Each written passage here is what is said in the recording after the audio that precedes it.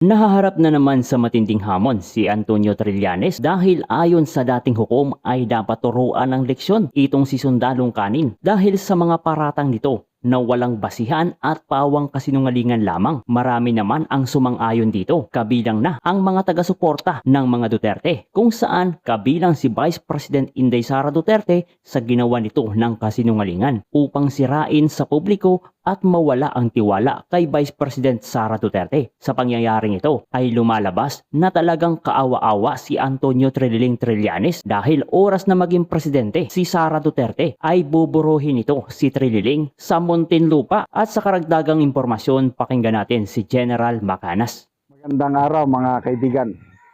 Bigyan natin ng reaksyon, opinion itong post ang balita ngayon. Title, Turuan natin ng leksyon si Trillanes.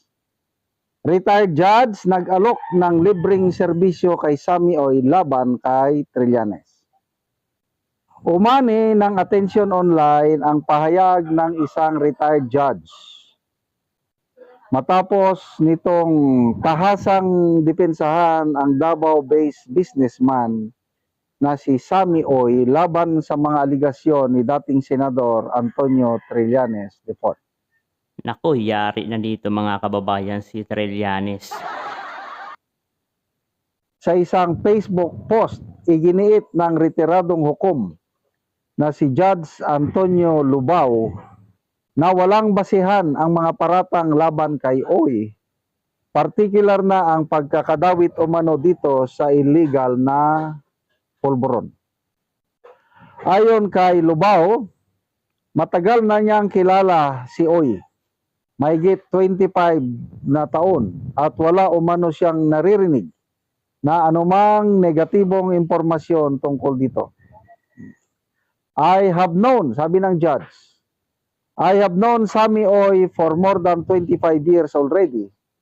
I have never heard any adverse information about business dealing of Sammy Oy.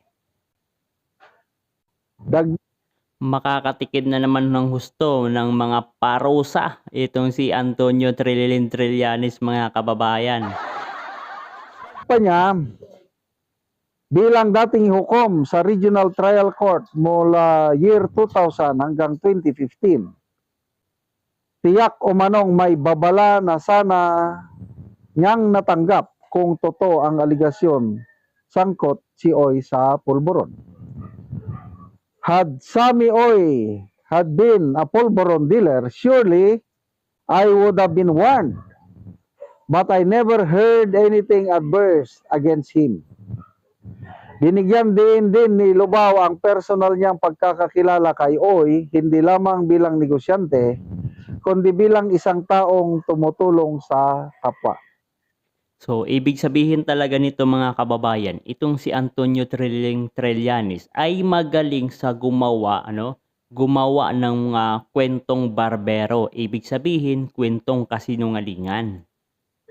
He is not only an amiable guy, he is also very kind, particularly to the poor. Kasunod nito, diretsahan ding pinahayag ng retiradong hukom ang kanyang plano na tumulong kay Oy sa legal na laban kontra kay Trillanes. Oh, sabi niya, Sammy, my friend, let us sue. Sampahan ng kaso. Let us sue Trillanes for cyber libel and for perjury. Ayan na mga kababayan, ayan na ang sinasabi ho natin. Talagang bumabalik ang karma kay Trillanes. Puro lang kasi kasinungalingan at paninira ang ginagawa niya para lang talagang mapabango ang pangalan niyang matagal ng wasak. I am offering my services to you gratis, libre.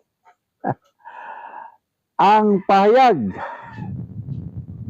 na ito ay lumabas matapos akusahan ni Trillanes si Oy sa isang pagdinig sa House Committee on Justice kung saan iniugnay umano ang negosyante sa illegal na gawain, kabilang ang umano'y pagbibigay ng pera sa mga kilalang personalidad.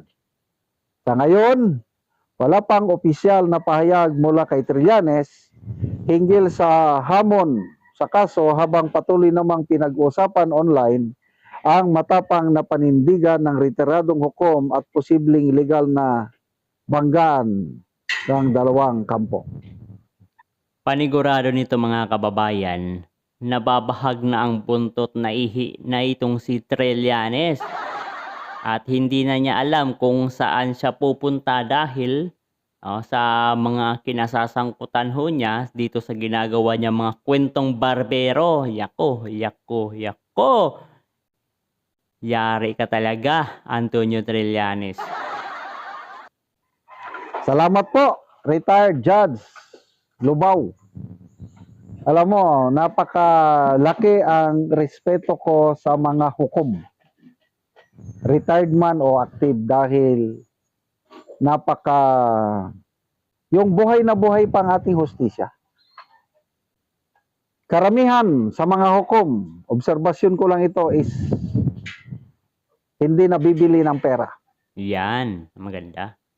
Hindi nadadala sa impluensya. Although, meron din siguro, mangilan-ilan, kailang mabibilang mo lang sa kamay. At the fact na isang retired judge, dumipensa kay Sammy Oy.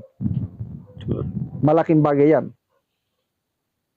Ang una kong narinig o nabasa na depensa kay Sammy Oy, Mr. Sammy Oy, ay itong si dating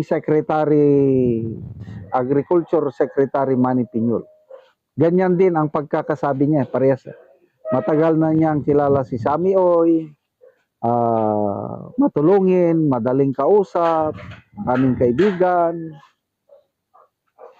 Never na malayo, sabi ni Secretary Piñol, malayo. Hindi ako maniwala na involved sa pulburon si Sammy Oy. Alam naman ho natin mga kababayan na kapag itong si Antonio Trillanes ang nagkwento ay kasinungalingan pero pinapatulan pa rin ng mainstream media yan. Dahil para sa kanila, tama si Trillanes at ang kalaban ni Trillanes, yun yung mali. Pero ang katotohanan, si Trillanes talaga ang mali. Siya kasi si Bicoy 1, si Bicoy 2, ngayon Bicoy 3. So, sana papayag na si Mr. Sammy Oy. Nakikita ko, Sammy Oy parang mabait siguro eh. Kasi wala, tahimik siya, hindi siya nagsasalita. Kaya lang, last week ba yun, may nakita kong post na ang mga kaibigan ni Sammy Oy, inuudyukan na siya na magsampa ng kaso. At ito na nga, retired judge. Ay, yan na nga.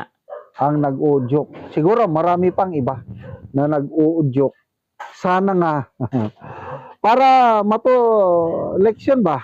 Yan. Maturuan ba ng leksyon? Yan yung napakagandang pakinggan. Maturuan ng leksyon. Itong si Antonio Trillanes dahil sa kanyang matinding mga pag-akusa na wala namang batay ang impormasyon. Yung impormasyon niya, siguro sinasabi lang sa kanya ng mga kaibigan niya habang sila ay nagpapagupit. Nako, itong sinasabing kwentong barbero. Hindi yung pataka-taka na lang na isa pa, yung BPI, Bank of Philippine Islands, mayroon ding pahayag tungkol sa mga inilabas na resibo ni Trillanes, mga bank records ni BP Sara. Pinabulaanan nila na hindi daw galing sa BPI yung inilabas na yun. Nabasa ko ang post kahapon. Siguro ang magandang gawin din ng BPI, turuan din ng leksyon itong si Antonio Trillanes, no? Kasi ito'y matatawag mga kababayan ng falsification of documents. Yari talaga. Panigurado buburuhin ito si Antonio Trillanes ni BP Sara sa 2028 doon sa Muntinlupa. Yan ang mangyayari mga kababayan. So, ang daming posibleng magkaso kay Trillanes eh. Believe din ako kay Trillanes. Ang dami niya ng kaso. Ang dami niyang inaatinan na Although, marami rin siyang isinampang kaso. Padamihan ng sampa. I don't know yung mga kaso niya sa rebellion, sa kodita, kung na-dismiss na ba lahat or ongoing pang ano. Dati bilib na bilib din ako dito kay Trillanes eh. Nung, kailan ba yun? Yung unang term niya siguro na senador, okay pa naman. Nagsimula lang masira ang kanyang image nung siraan niya ang mga Duterte. Yun ang malaking pagkakamali niya. Hanggang ngayon, ginagawa pa rin. Kaya sayang. Sayang yung nagsimula siyang maganda, ngayon walang-wala na. Sirang-sira na si Trillanes sa nakakarami mga Pilipino. So yan na nga mga kababayan, ang naging reaction, opinion ni General Macanas at sa naging pahayag ng dating hukom mga kababayan, na sabi ay turuan ng leksyon itong si Antonio Trillanes. So tama naman, agree naman, sambayan ng Pilipino, lalong-lalo na yung mga taga-suporta ni BP Sara Duterte, na kung saan sa ngayon ang matindi talagang binabakbakan ni Antonio Trillanes ay itong pamilya Duterte. Bakit nga ba pamilya Duterte ang kanyang tinutumbok? Dahil mga kababayan, takot na takot ho sila at ang kanilang mga kaalyado na hindi makabalik sa posisyon. No.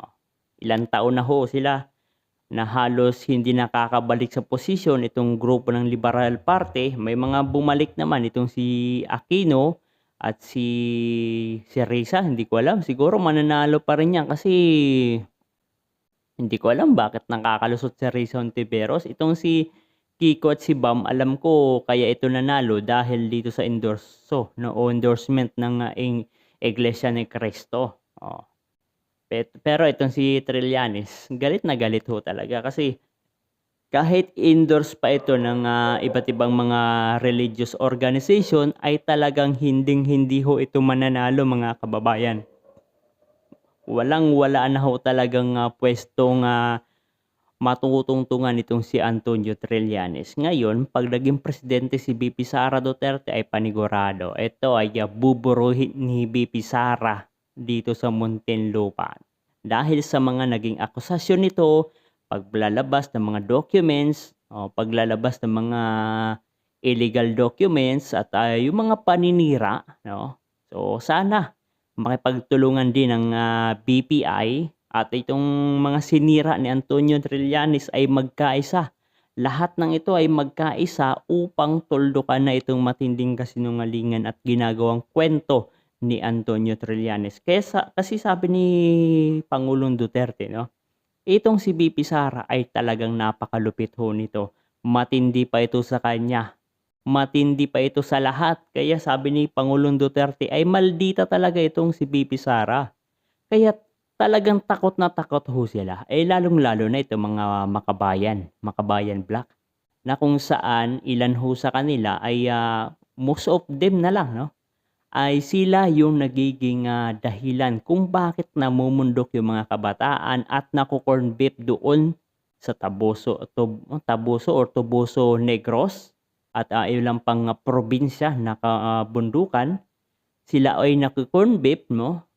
At ano yung naging dahilan kung bakit sila nako-corn beef? Dahil nire-recruit nito mga NFA sa iba't ibang mga eskwelahan. Yari ho sila ngayon. Mga kababayan, hanggang 2028, manatili tayo. Sara Duterte.